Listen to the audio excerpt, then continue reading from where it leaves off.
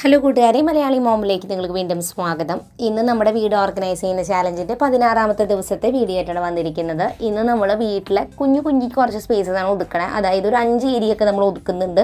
കാരണം ഇത് വളരെ കുറച്ചേ ഉള്ളൂ. അപ്പോൾ കുറച്ച് സമയം കൊണ്ട് തന്നെ നിങ്ങൾക്ക് ഈ ടാസ്കുകൾ കംപ്ലീറ്റ് ചെയ്യാനായിട്ട് പറ്റും. അപ്പോൾ നമ്മൾ ആദ്യം ഷെയർ ചെയ്യുന്നത് എങ്ങനെയാണ് ഡൈനിങ് ഏരിയയിലുള്ള ഷോക്കേസും അതിൻ്റെ തൊട്ട് താഴെ ഷെൽഫും നമ്മൾ ഒതുക്കിയിരിക്കുന്നതാണ്. ഷോക്കേസിൽ നമ്മൾ കൂടുതലും വെച്ചിരിക്കുന്നത് ട്രോഫി, ഡെക്കോർ ഐറ്റംസ്, ഗ്ലാസ് അങ്ങനത്തെയൊക്കെയാണ് വെച്ചിരിക്കുന്നത്. പിന്നെ അതിൻ്റെ തൊട്ട് താഴെ ഷെൽഫിലാണ് ഡൈനിങ് ഏരിയയിൽ നമ്മൾ ഉപയോഗിക്കുന്ന ടേബിൾ മാറ്റ്, ടേബിൾ ഷീറ്റ് അങ്ങനത്തെ ഐറ്റംസൊക്കെ ഒതുക്കി വെച്ചിരിക്കുന്നത്. അപ്പോൾ എപ്പോഴും നമ്മൾ ഏത് റൂമിലും ആ റൂമിൽ യൂസ് ചെയ്യുന്ന ഐറ്റംസ് എല്ലാം തന്നെ അവിടെ തന്നെ വെക്കാനായിട്ട് നോക്കുക. അല്ലെങ്കിൽ നമ്മൾ ഈ ബെഡ്ഷീറ്റിൻ്റെ ഒക്കെ കൂടെ ഈ ടേബിൾ ഷീറ്റും ടേബിൾ മാറ്റൊക്കെ ചിലപ്പോൾ നമ്മൾ മടക്കി വെക്കും പല സ്ഥലങ്ങളിലൊക്കെ ആയിട്ട്. അങ്ങനെ വെക്കുമ്പോൾ അത് കണ്ടുപിടിക്കാനൊക്കെ ബുദ്ധിമുട്ടായിരിക്കും. ആവശ്യമുള്ള സമയത്ത് നമുക്ക് വേണ്ടതൊന്നും കിട്ടില്ല. അപ്പോൾ അതുകൊണ്ട് ആ ഒരു സ്പേസിൽ തന്നെ അവിടേക്ക് ആവശ്യമുള്ള ഐറ്റംസ് ഒതുക്കി വെക്കുക. അപ്പോൾ നമുക്ക് ഈ ഒരു സ്പേസ് ആദ്യം തന്നെ ഒതുക്കി വെക്കുന്നത് എങ്ങനെയാണെന്ന് കാണാം.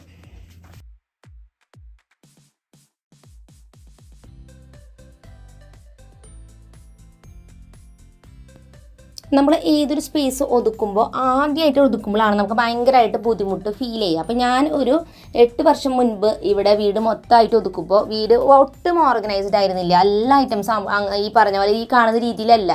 പക്ഷേ നമ്മൾ ഒരു പ്രാവശ്യം ഒതുക്കി, പിറ്റത്തെ കൊല്ലം നമ്മൾ ഒന്നും കൂടി ഒതുക്കി, ഓരോ കൊല്ലം കഴിയുന്തോറും ആ സ്പേസ് അതുപോലെ തന്നെ ഓർഗനൈസ്ഡ് ആയിട്ട് ഇരിക്കും. നമുക്കത് മെയിൻറ്റെയിൻ ചെയ്താൽ മാത്രം മതി. അപ്പോൾ വളരെ കുറച്ച് സമയം മാത്രമേ നമുക്ക് അതിന് വേണ്ടി എടുക്കുള്ളൂ. അതുകൊണ്ടാണ് പലപ്പോഴും എന്നോട് നിങ്ങൾ ചോദിക്കാറുണ്ട്, ഇങ്ങനത്തെ വീഡിയോ ചെയ്യൂ, അതൊക്കെ ചെയ്യാൻ പറയുമ്പോൾ എന്താണെന്ന് വെച്ചാൽ നമ്മൾ ഓൾറെഡി അതെല്ലാം ഒതുക്കി സെറ്റാണ്. വീണ്ടും അത് റീഓർഗനൈസ് ചെയ്യേണ്ട ആവശ്യമില്ല. എന്നിരുന്നാലും നമ്മൾ വീണ്ടും ഇപ്പം ഇങ്ങനെ ഒരു വീഡിയോ ചെയ്യുന്നതിൻ്റെ കാരണം നിങ്ങൾക്ക് ആ ചാലഞ്ച് ആയിട്ട് അത് ചെയ്യുമ്പോൾ നിങ്ങളും എൻ്റെ ഒപ്പം ചെയ്യുമല്ലോ. അതുകൊണ്ടാണ് നമ്മൾ ഓരോ ദിവസവും ഓരോ ടാസ്ക് ആയിട്ട് കംപ്ലീറ്റ് ചെയ്യുന്നത്.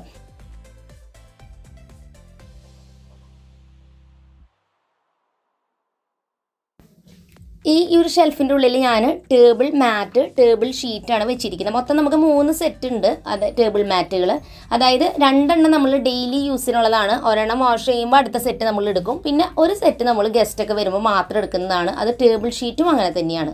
3 സെറ്റായിട്ടാണ് വരണേ. പിന്നെ വേറെ കുറച്ച് എടുക്കുന്ന ഐറ്റംസൊക്കെയാണ് അവിടെ വെച്ചിരിക്കുന്നത്. ക്യാൻഡിൽ ഹോൾഡർ അങ്ങനത്തെ കാര്യങ്ങളൊക്കെ അവിടെ വെച്ചിട്ടുണ്ട്.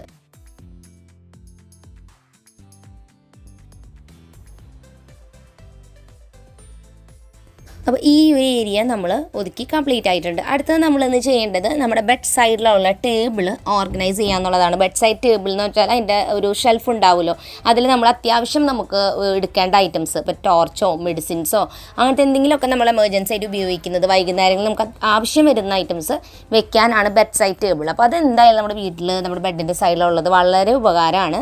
അപ്പോൾ ആ ഒരു ഷെൽഫ് ഒതുക്കി വെക്കുകയാണ്. ഇതും 5 മിനിറ്റ് മാത്രമേ എടുക്കുന്ന ഒരു ടാസ്ക്കാണ് കേട്ടോ. പെട്ടെന്ന് തന്നെ നമുക്ക് ചെയ്ത് തീർക്കാം.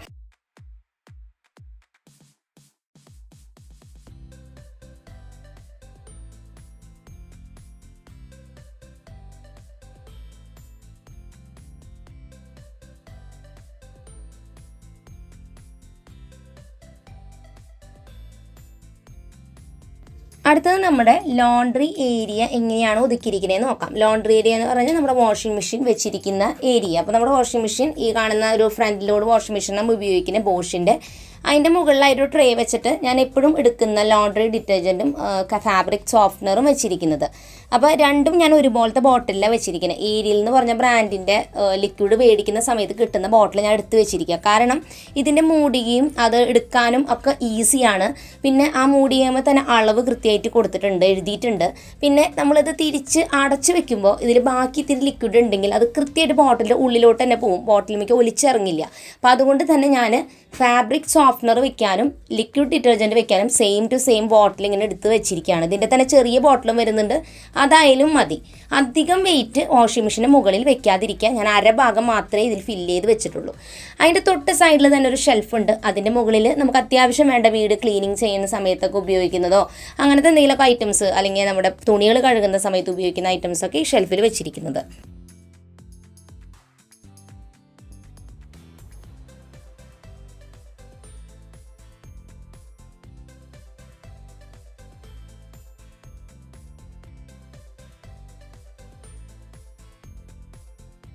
വാഷിംഗ് മെഷീൻ നമ്മുടെ ക്ലീൻ ചെയ്യാൻ വേണ്ടിയിട്ട് ഇങ്ങനെ ഒരു പൗഡർ കിട്ടുന്നുണ്ട്. ഡി സ്കെയിലർ പൗഡർ എന്ന് പറയും. ഓരോ ബ്രാൻഡിനും ഓരോ പൗഡർ ആയിരിക്കും. ബോഷ് എന്ന് പറഞ്ഞ മെഷീനിന് ഈ ഒരു പൗഡറാണ് വരുന്നത്.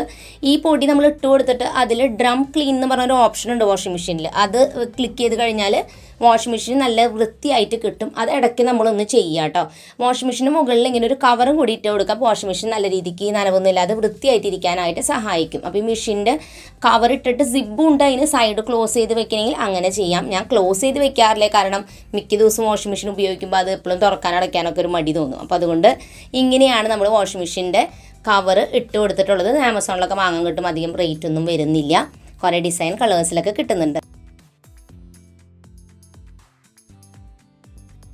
അതുപോലെ തന്നെ നമ്മുടെ വീട്ടിൽ ലോണ്ടറി ബാസ്ക്കറ്റ് അത് എല്ലാ റൂമിലും വെക്കുക. അപ്പോൾ മക്കളുടെ റൂമിലും ഞങ്ങളുടെ റൂമിലും സെപ്പറേറ്റ് ഇങ്ങനെ ലോണ്ടറി ബാസ്ക്കറ്റ് വെച്ചിട്ടുണ്ട്. അപ്പോൾ തുണികൾ അതിലിട്ട് വെച്ചാൽ വൃത്തിയായിട്ട് ഇരിക്കുകയും ചെയ്യും. ഈ ലോണ്ടറി ഏരിയയിൽ തന്നെയാണ് നമ്മുടെ ക്ലീനിങ്ങിന് വേണ്ടിയുള്ള ടൂൾസും കാര്യങ്ങളൊക്കെ വെച്ചിരിക്കുന്നത്. അപ്പോൾ അതിനായിട്ട് ഇങ്ങനെ ചുമരുമ്മ ഒരു ഓർഗനൈസർ പിടിപ്പിച്ചിട്ടുണ്ട്. അതുമ്മയാണ് നമ്മുടെ ചൂലും അങ്ങനത്തെ ഐറ്റംസൊക്കെ വെച്ചിരിക്കുന്നത്. അപ്പോൾ ഇത് ഇങ്ങനെ വെക്കണമെന്നൊന്നുമില്ല. നമുക്ക് ഹുക്ക് എന്തെങ്കിലും അടിച്ചിട്ട് ചുമരുമ്മ വെച്ചാൽ അതുമ്മ ഹാങ് ചെയ്ത് കൊടുത്താലും മതി. ഇങ്ങനെ ഹാങ് ചെയ്ത് വെച്ചാൽ അതെല്ലാം ഒരു സ്ഥലത്ത് ഉണ്ടായിരിക്കും, വൃത്തിയായിട്ട് അത് ഇരിക്കും. അപ്പോൾ ഇങ്ങനത്തെ ഐറ്റം വാങ്ങണമെങ്കിൽ ഇത് വാങ്ങാം.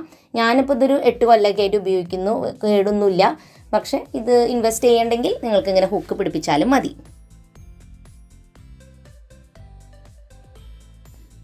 പിന്നെ മോപ്പിന് ഉപയോഗിക്കുന്ന തുണി ഉണ്ടല്ലോ, മോപ്പിൻ്റെ ഹെഡ്, അതിൻ്റെ സ്പെയർ നമ്മൾ മേടിച്ച് വെച്ചിട്ടുണ്ട്. അത് വാഷ് ചെയ്ത് കഴിഞ്ഞാൽ ഉണങ്ങി കഴിഞ്ഞാൽ ഇങ്ങനെ ഒരു കവറിൻ്റെ ഉള്ളിൽ ഞാൻ തൂക്കി ഇട്ട് വെച്ചിരിക്കുകയാണ് ഇവിടെ.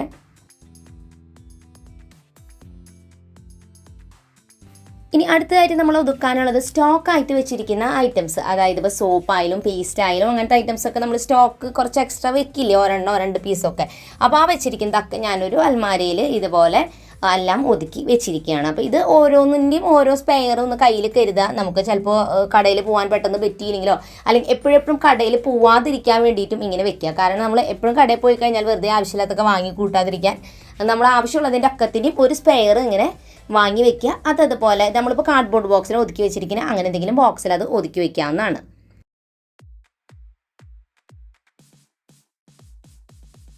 ഇനി നമ്മൾ വളരെ കുറച്ച് സമയത്തിൽ ഒതുക്കാൻ പറ്റുന്ന വേറൊരു ഏരിയ ആണ് സിങ്കിൻ്റെ താഴെയുള്ള ഷെൽഫ്. അപ്പോൾ നമുക്ക് ഈ ഒരു സിങ്കിൻ്റെ താഴെയുണ്ട് സ്പേസ്, അതുപോലെ ഡൈനിങ് ഏരിയയിലുള്ള ഷെൽഫിൻ്റെ താഴെയും സ്പേസ് ഉണ്ട്. അപ്പോൾ ഡൈനിങ് ഏരിയ ഷെൽഫിൻ്റെ താഴെയാണ് നമ്മൾ ഉപയോഗിക്കുന്ന ക്ലീനിങ്ങിൻ്റെ ഐറ്റംസ്, അങ്ങനെയുള്ള എല്ലാ കുഞ്ഞു കാര്യങ്ങളൊക്കെ ഇല്ലേ, അതെല്ലാം തന്നെ ഇതിൻ്റെ താഴെയാണ് വെച്ചിരിക്കുന്നത്. ഇവിടെ വെക്കുമ്പോൾ പ്രത്യേകം ശ്രദ്ധിക്കുക, ഈർപ്പം വരാനുള്ള സാധ്യത, തണുപ്പ് പോലെ ഉണ്ടാവും. അപ്പോൾ അങ്ങനത്തെ ഈർപ്പം വന്നാൽ നാശാവുന്ന ഐറ്റംസ് ഇതിൽ വെക്കാതിരിക്കാൻ ശ്രദ്ധിക്കുക. അല്ലാത്ത ഐറ്റംസ്, ബോട്ടിലായിട്ടുള്ള ഐറ്റംസൊക്കെ നമുക്കിതിൽ ഒതുക്കി വെക്കാൻ പറ്റും. അപ്പോൾ അതെല്ലാം തന്നെ ഞാൻ ഈ ഒരു ട്രേകളിൽ വെച്ചിട്ടൊക്കെ തരംതിരിച്ചിട്ടാണ് വെച്ചിരിക്കുന്നത്.